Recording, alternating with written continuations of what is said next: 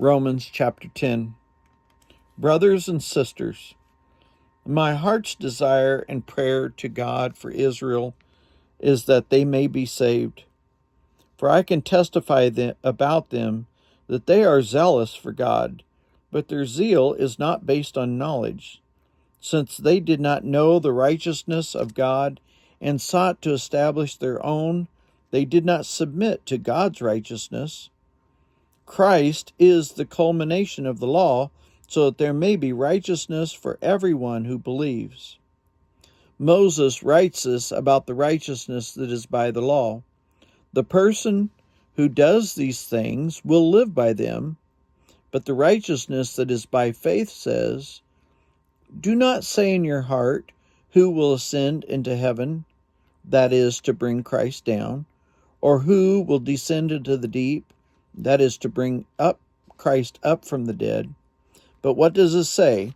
The word is near you, it is in your mouth and in your heart.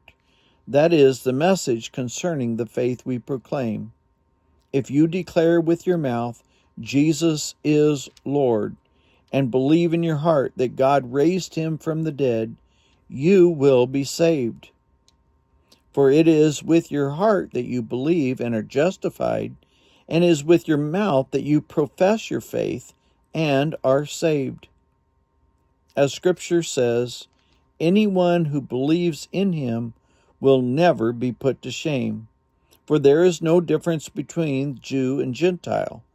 The same Lord is Lord of all and blesses all who call on him.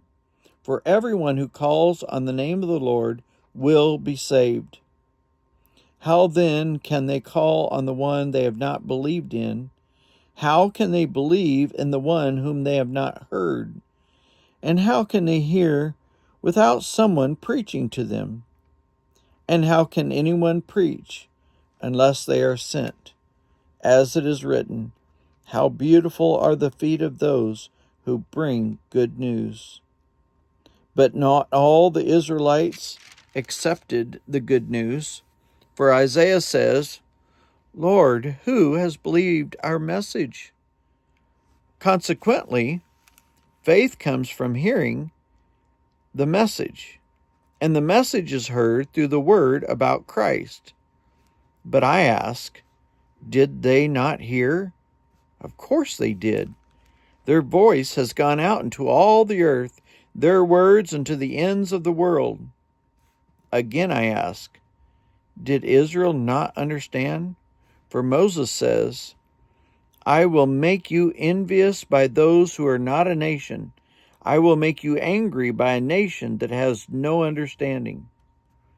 And Isaiah boldly says, "I was found by those who did not seek me. I revealed myself to those who did not ask for me." But concerning Israel, he says, "All day long I have held out my hands to a disobedient and obstinate people."